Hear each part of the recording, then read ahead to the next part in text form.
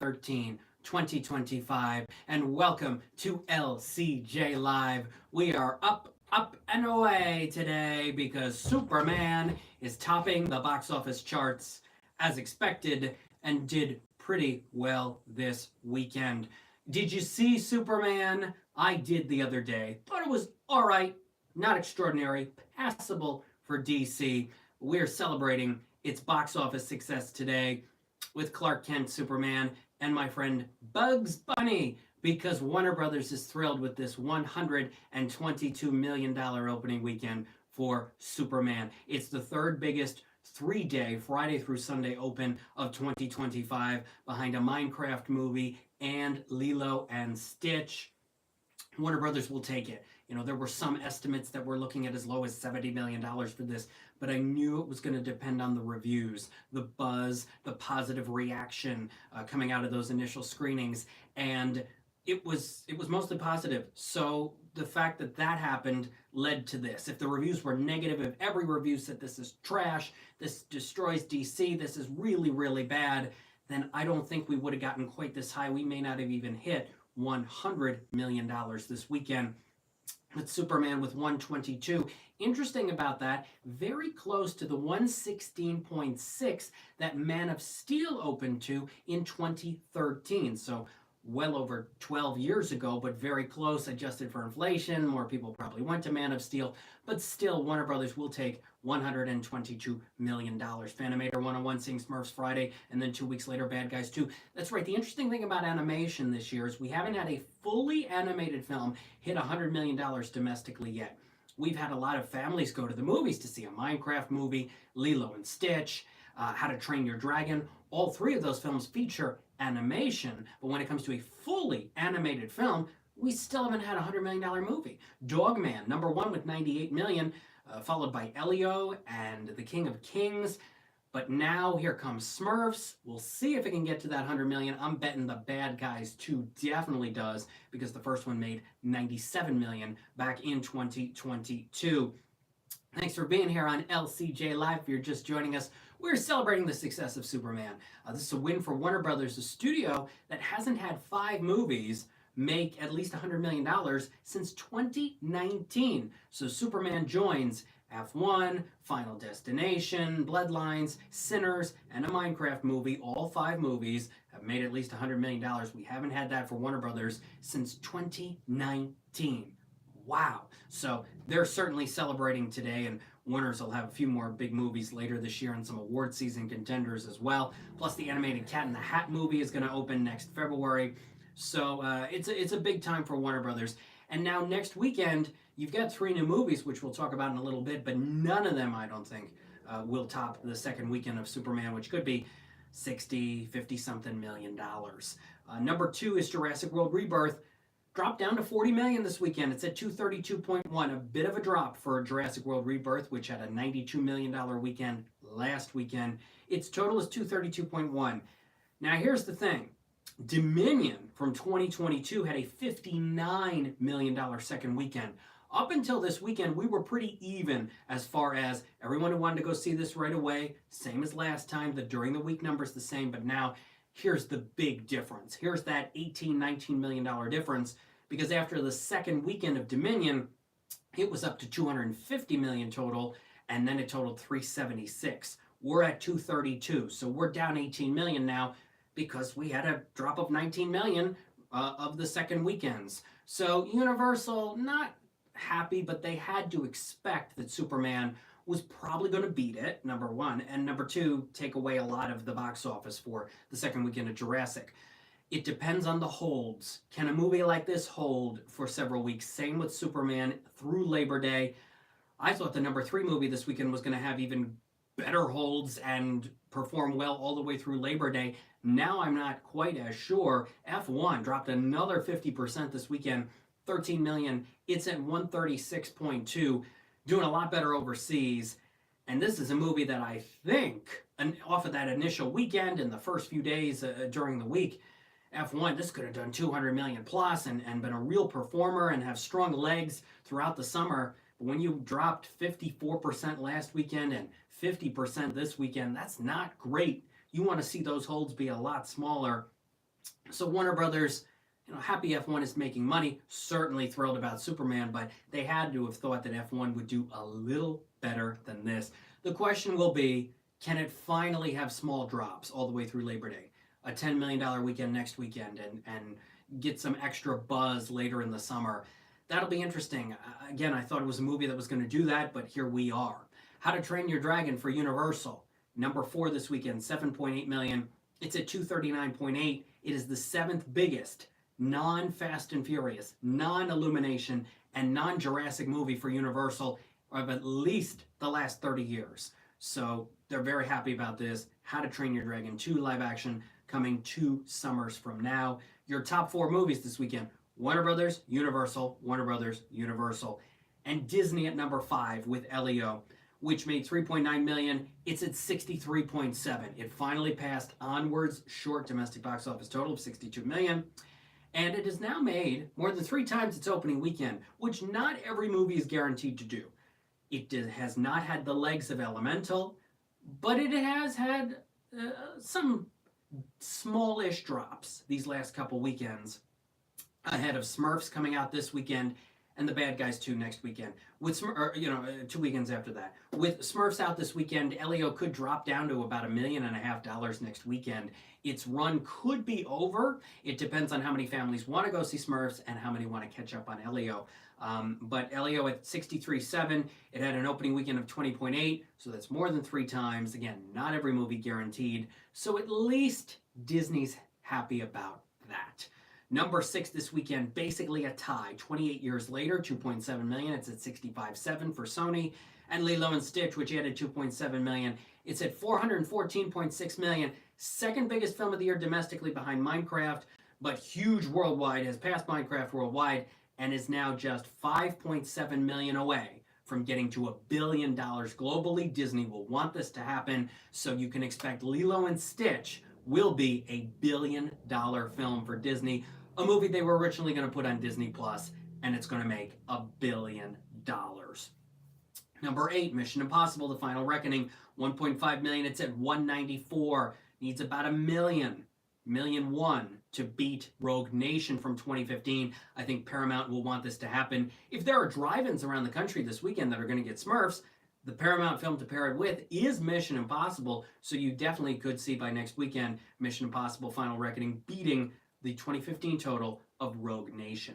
Number 9, Megan 2.0, 1.4 million. It's at 22.4. First film opened to 30. We're not even getting there. And as of now, rounding out your top 10 this weekend, Materialists added 721,000. It's at 35.2. It is going to pass the Iron Claw. It needs about 400,000 or so to pass the Iron Claw to become the 7th biggest A24 film of all time. Don't Let's Go to the Dogs Tonight from Sony Classics opened to 36,000 in 4 theaters. That's a $9,000 per theater average. And Sorry Baby from A24 expanded to 40 theaters, added 230,000. It's at 600 grand. A film we don't have the money on yet, but a film I really like. You can see it in theaters. You can also watch it at home now. It's called Sovereign. It is a very effective action drama, mostly a drama, starring Nick Offerman, who is just, wow. He really, that performance of Nick Offerman, that performance of Jacob Tremblay, Dennis Quaid is very strong too. They are just so committed to these roles. It's tough roles. There's a lot going on. It's a tough movie, but based on true events, but there's a lot of power to it. I have a couple minor issues with the script, but it's pretty compelling for the entire hour and 40 minutes. And Nick Offerman has never been better because of how committed he is to this role, and how just, gosh, it's the kind of performance that you want actors to do, especially if you've seen them do comedy for a long time or other things. They do a dramatic role and you go, whoa, this is a game changer for someone's career. I think Jacob Tremblay, we've never quite seen him in a role like this. Both actors, by the way, in The Life of Chuck, but Sovereign is a much better movie than The Life of Chuck. Jacob Tremblay could get a lot more kind of complicated, dramatic roles based on this. This is a character who is torn mentally and emotionally into thinking, do I want to believe what my father believes in, or do I want to believe in what I believe in? and then there's a lot of stuff that happens from there. And Dennis Quaid, I've always said he's one of our best actors, and look at the last 5-6 years of just performance after performance from Dennis Quaid. You look at Reagan, The Hill, Blue Miracle, which is on Netflix if you never saw that, and a host of other films, and now this. Again, a tough movie, but a strong film. Highly recommend Sovereign in select theaters. It is available to watch at home as well. Powerful film for sure. One of the best dramas and one of the best character studies of 2025. Film called Salvable, a boxing drama that is okay. Toby Kebbell gives a good performance. But I liked Heavyweight, another boxing drama from recent weeks, more than this. Salvable kind of goes down predictable paths. I don't love every decision it makes. It's a little slow throughout.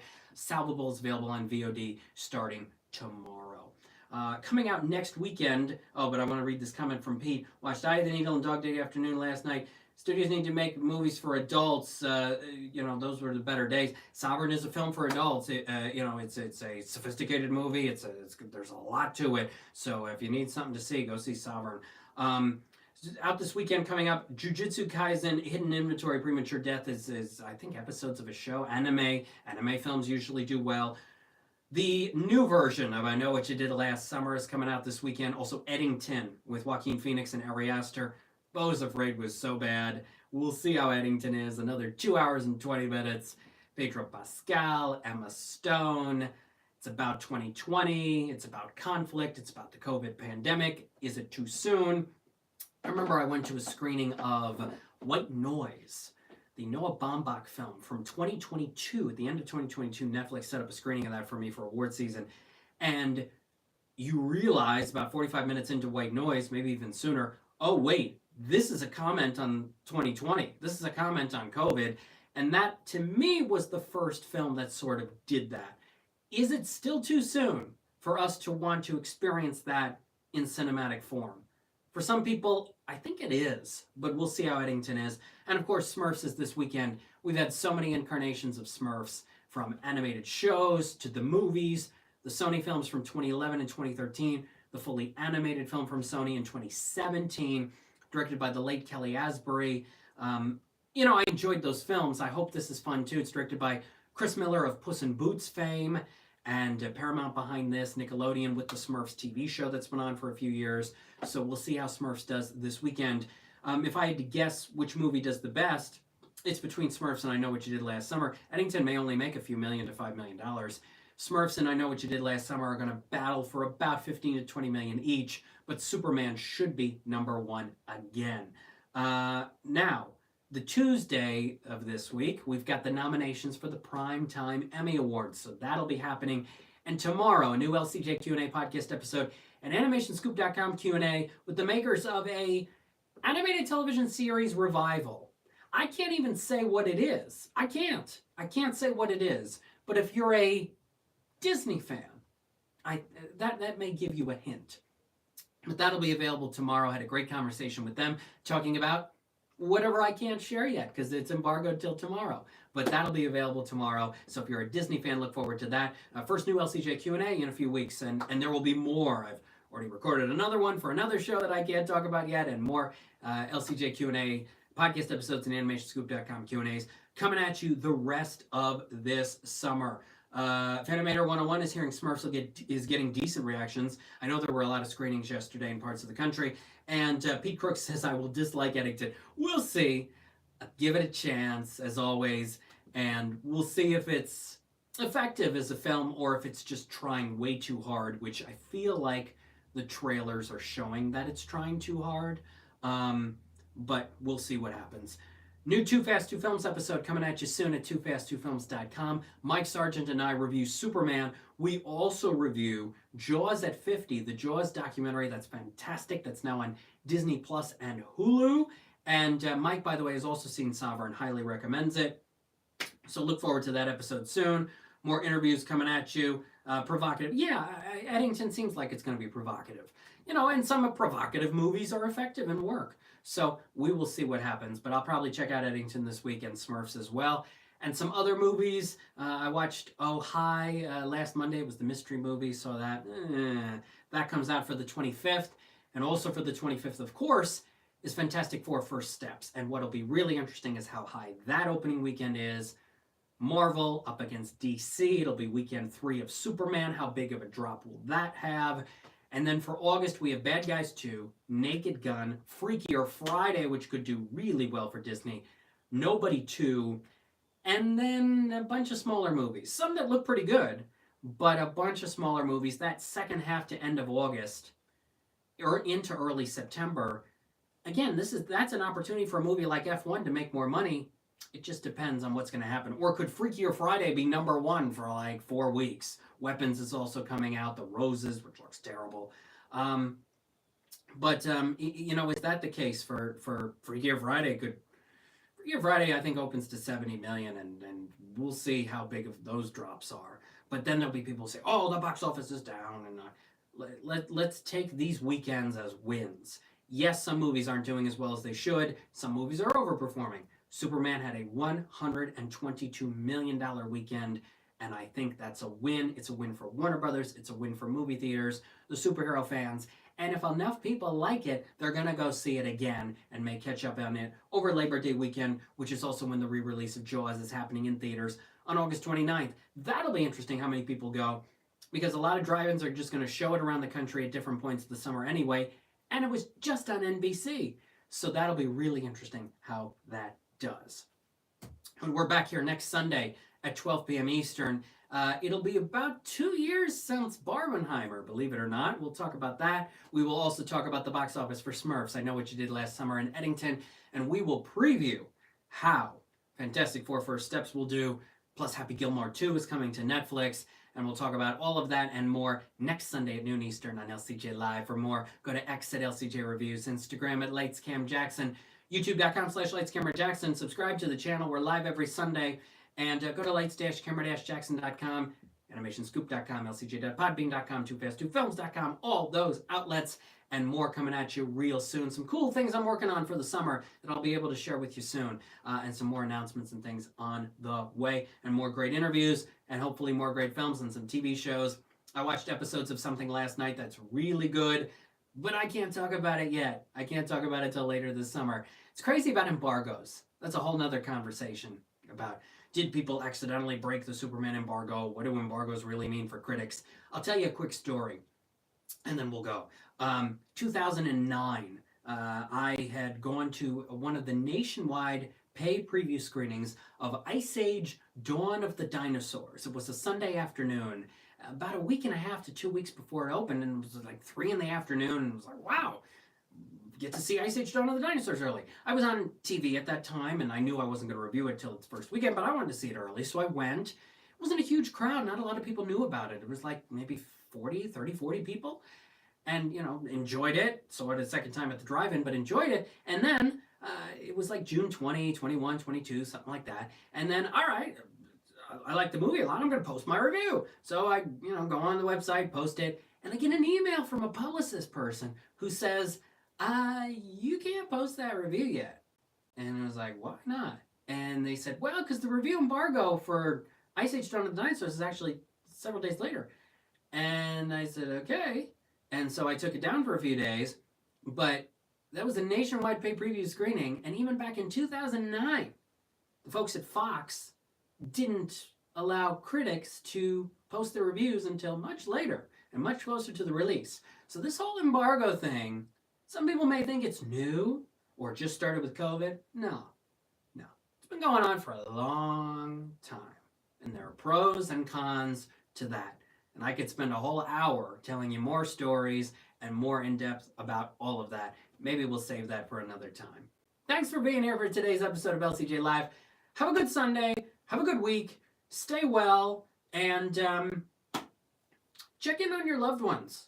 Make sure they're doing well. Make sure everyone's positive. I always like what Drew Carey says with The Price is Right. He says, check on people you care about and take care of your mental health. It's important. It is. So be sure you do that. Stay well. Stay positive. Support your movie theaters. Support your drive-in theaters. Have a good week. I'll see you next time. Bye, everybody. Thank you.